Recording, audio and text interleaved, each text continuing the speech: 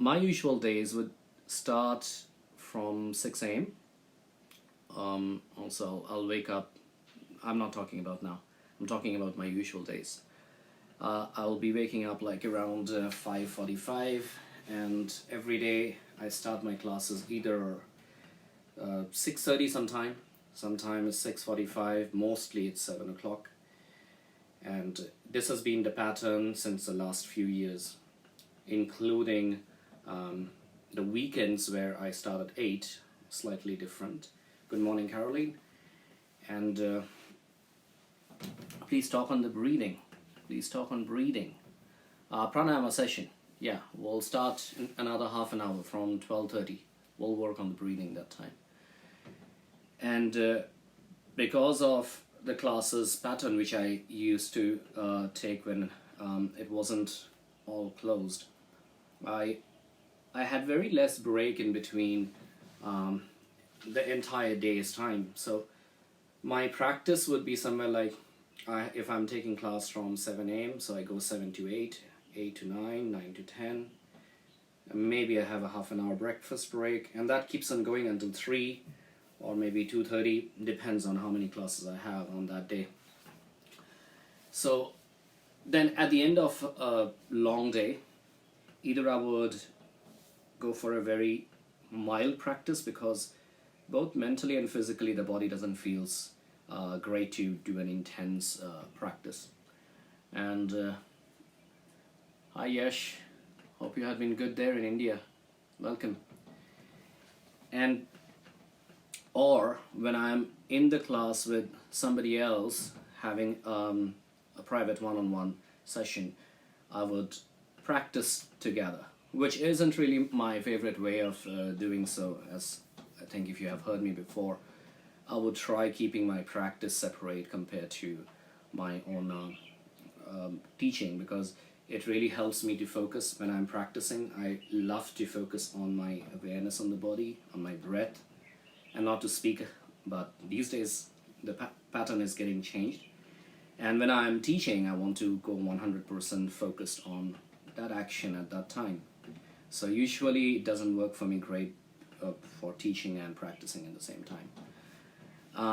But these days, for the last couple of weeks, I have got so much time to do the practice. So I spend like maybe an hour and a half to 2 to do my practice after these online teaching sessions are done.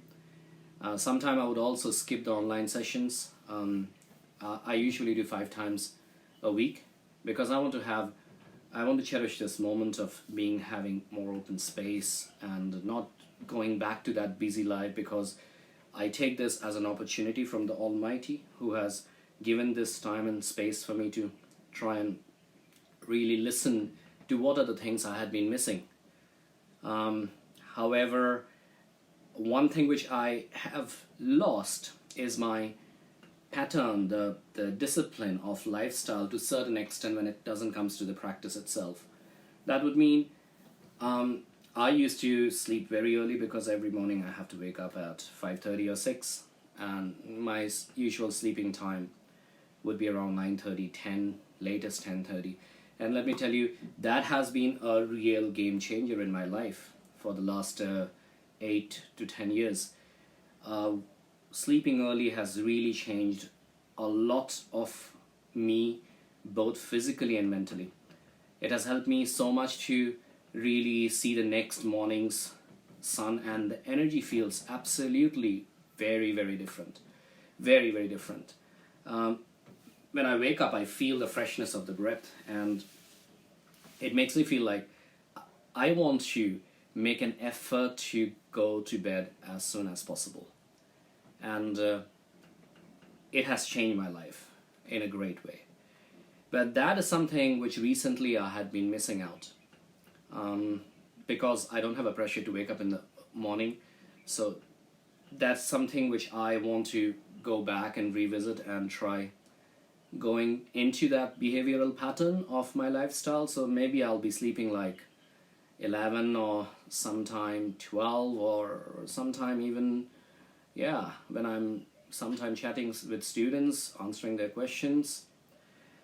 And it takes me like 12 or even 1, which when the next morning when I'm waking up, I automatically wake up by like 7, even though I sleep by 2 o'clock. But that has had a kind of taken a bit of troll on my mindset and my thought pattern, because the thought pattern is a lot different and positive when you are having that solid sleeping time from 10 o'clock to 5 o'clock, in opposing to if you're sleeping from say 3 o'clock and maybe it's until 12 o'clock the next day, you would be feeling the body is slow and dull, because our biological system is trained in such a way that our resting time, the healing time of our body, is from 10 p.m. until 2 a.m. This is where the healing time is the strongest. And all your, whatever you have done, maybe physical or mental strains, this is the best time to let go of all of this. So that's something which I want to go back again and see that I'm coming back to the track. Yeah. So that has been my life pattern recently. Lots of playing with kids, lots of pending stuff which I had thought of doing previously, but I never had that length of time to do. But now I have, and I try to keep myself more busier in a way than before, spending time with family, trying to reach out in the social media. One of my students yesterday said, you had been very active in Instagram these days. And I can't agree more. Because previously I wasn't active as because I didn't have much time to be active. And now since I have time, the only way I can connect or link in with my students is through the social media.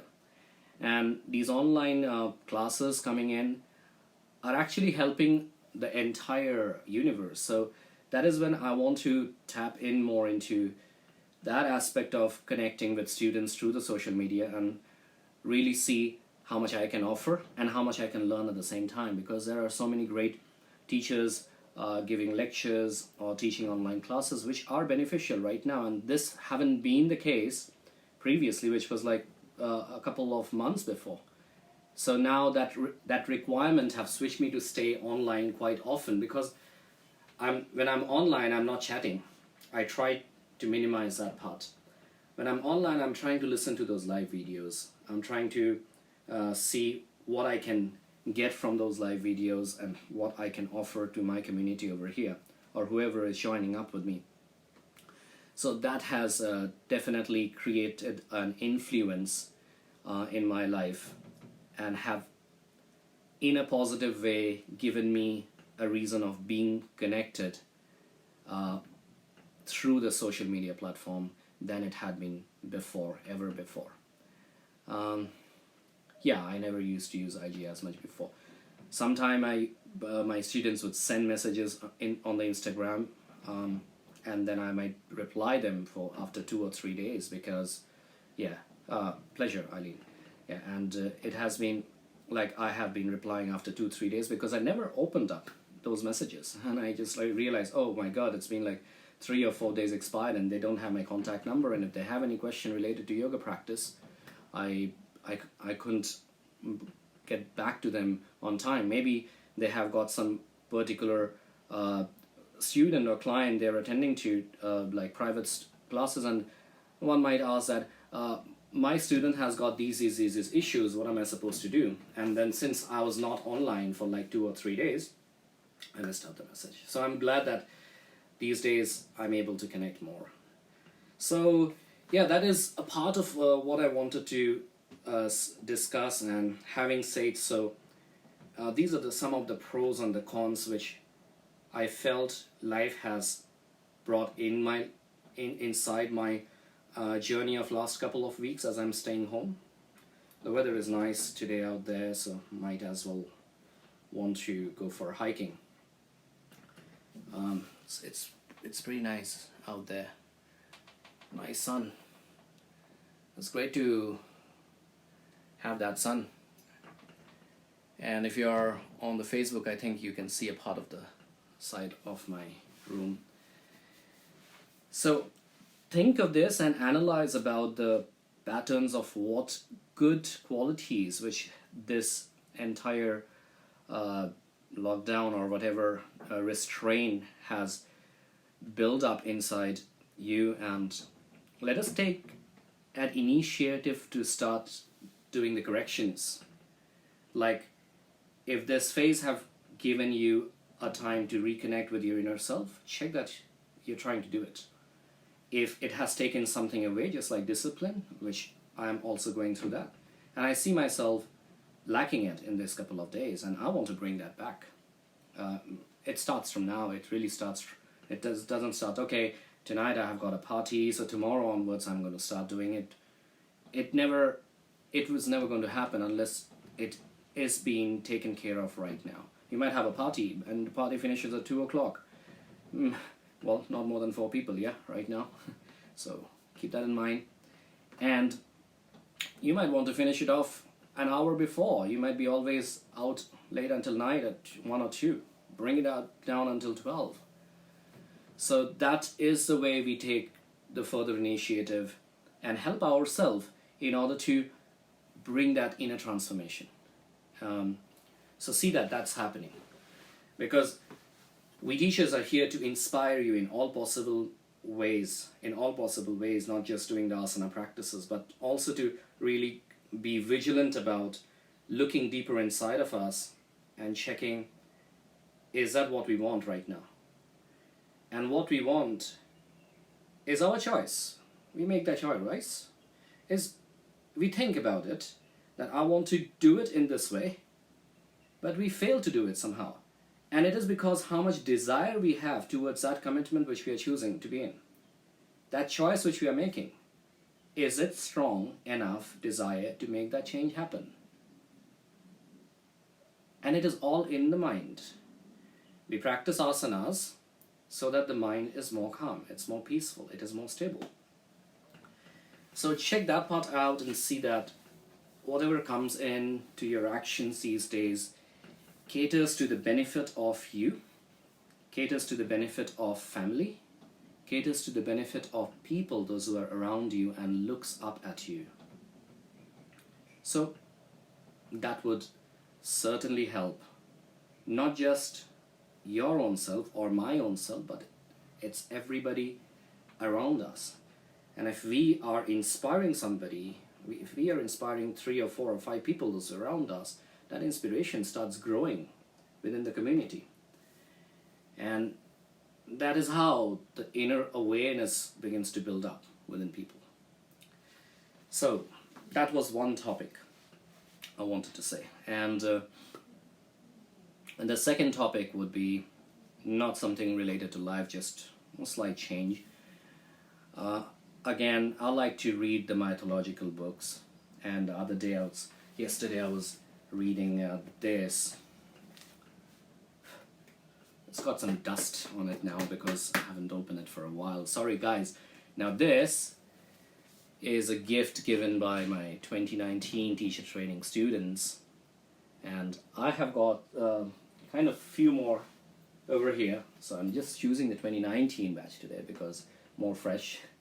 And I was going through all of these columns of how they have made this inspiring booklet for me, and everybody has written down some words about their feelings on their journey about the teacher training which they have been through. Yeah, Stephanie, you were a part of it too. And when I look back at these, I really feel so grateful to the students who have these all are so much from the heart. So once again, thank you. So apart from lots of other readings, I go back to cherish these great memories which I have with me. I look back at the videos where I have taken in those games or those sessions with the students, and brings me back into great memories. Yeah, it is, and every single training just gives me some surprises and lots to learn, of course. So yeah, I had been reading lots of mythological books these days, and this is something which also interests me, so I would like to share this. Every asanas we do it for a certain reason, and We do it mainly because of the physical benefit, of course, but we should also understand the origin of each of these asanas, how it came from, how it has manifested from one form back in the history and taken different form in the present moment. So today, let us talk about a simple gesture of Namaste. Namaste, or this is also called the Anjali Mudra.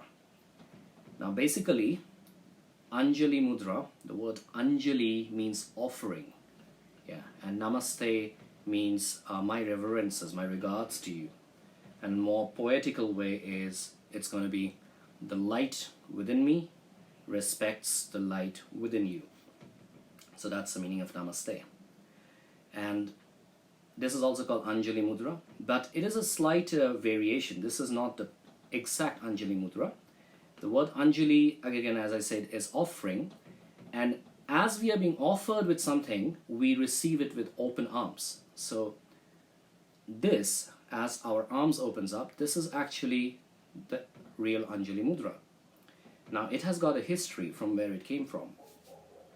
So I think if you remember the Trinity of God, Brahma, Vishnu and Shiva.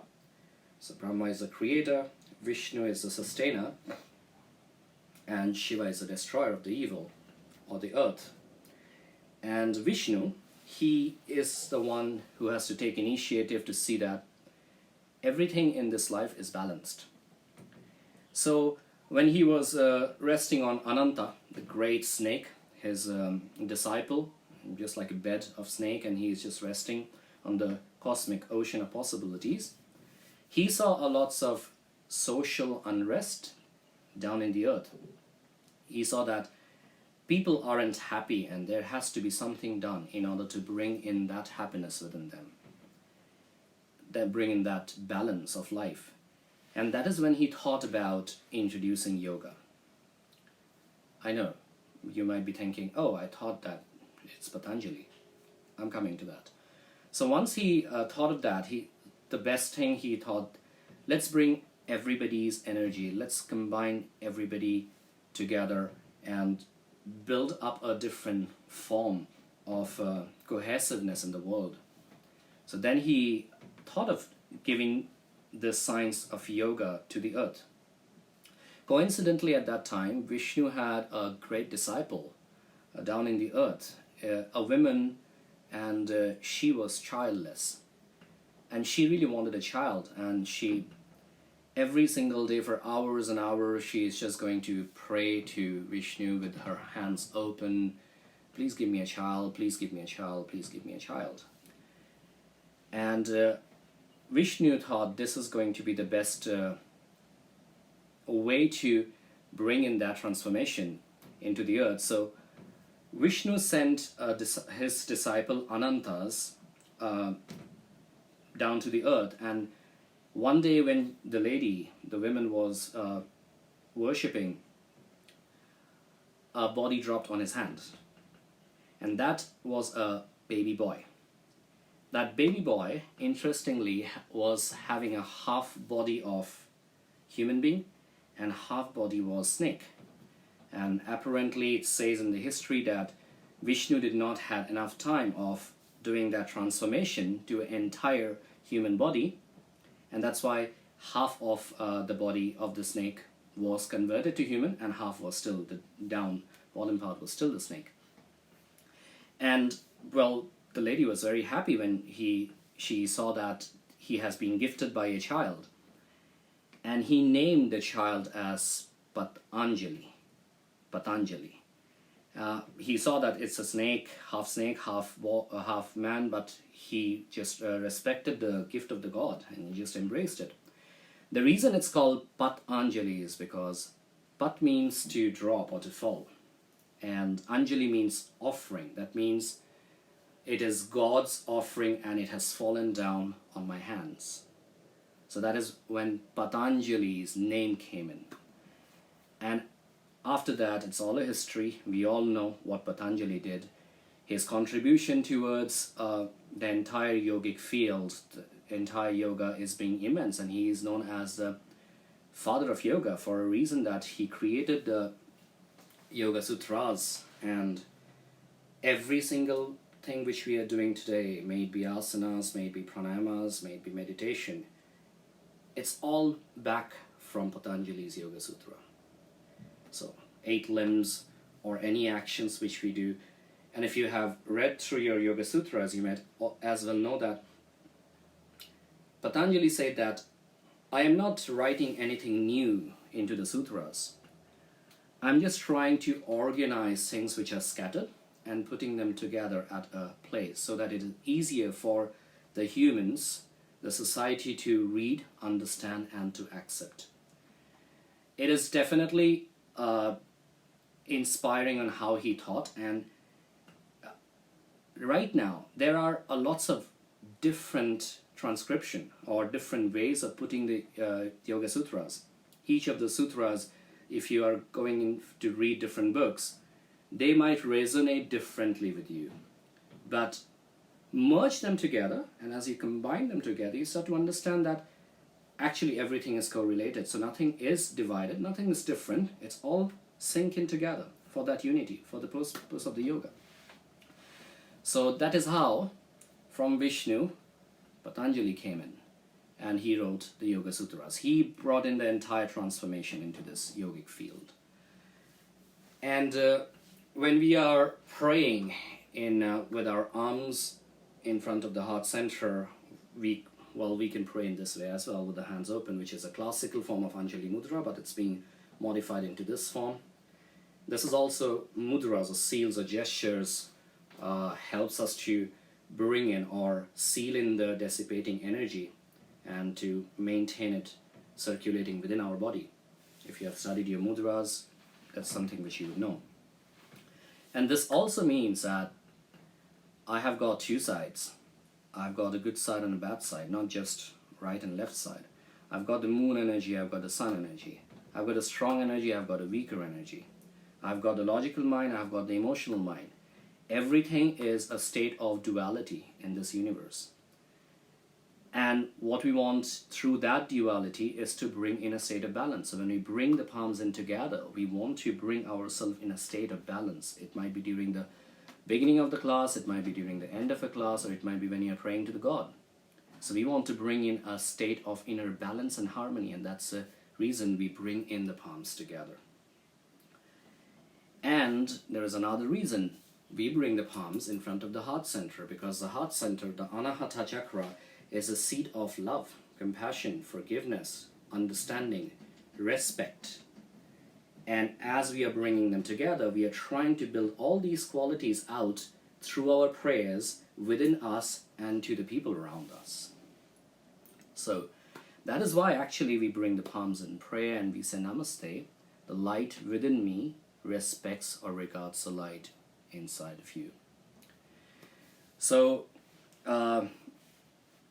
many of us might think that this is a kind of ritual, and in a way you can say so. Rituals are not religious. Rituals are what has been followed for many, many years and have taken a shape globally for a particular reason, and that reason is energy transformation itself. So that is a short story of how Patanjali came, and in yogic perspective, what is the meaning of Anjali Mudra and how is it related to Patanjali?